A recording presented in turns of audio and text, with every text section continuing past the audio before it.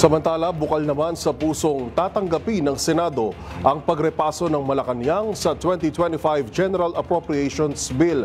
Ayon kay Senate President Cheese Escudero, bahagi ng checks and balances ng gobyerno ang pagbusisi ni Pangulong Bongbong Marcos sa mga nilalaman ng panukalang pambansang budget. Narito ang ulat ni Raymond Dadpaas.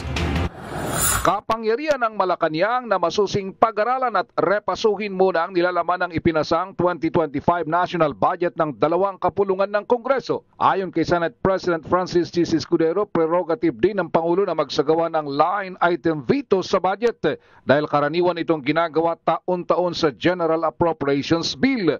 Aminado si Escudero na bahagi ito ng legislative process at ng sistema ng checks and balance na nakasaad sa ating saligang batas.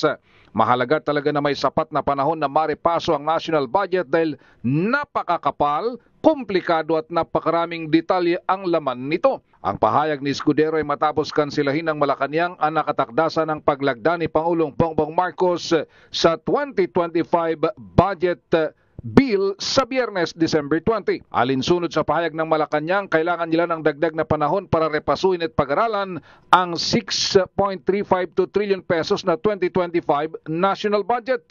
Kabilang sa mga inalmahan ay ang tinapyas na 12 bilyong pisong budget ng Department of Education o DepEd na ang 10 bilyong piso sana ay para sa computerization program.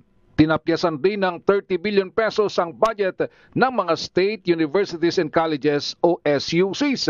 Ang budget ng Armed Forces of the Philippines ay tinapyasan ng 15 bilyong piso at zero subsidy naman sa Philippine Health Insurance Corporation o PhilHealth.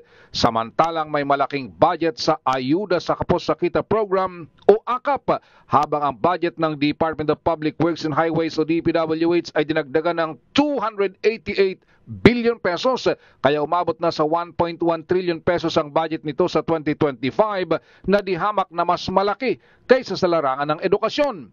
At ang lumobong unprogrammed funds mula sa mahigit na 100 billion sa National Expenditure Program ay mahigit 500 billion na sa pinal na bersyon ng 2025 national budget. Para sa MBC TV Network News, ito si Raymond Dadpaas, una sa Pilipinas, una sa Pilipinas.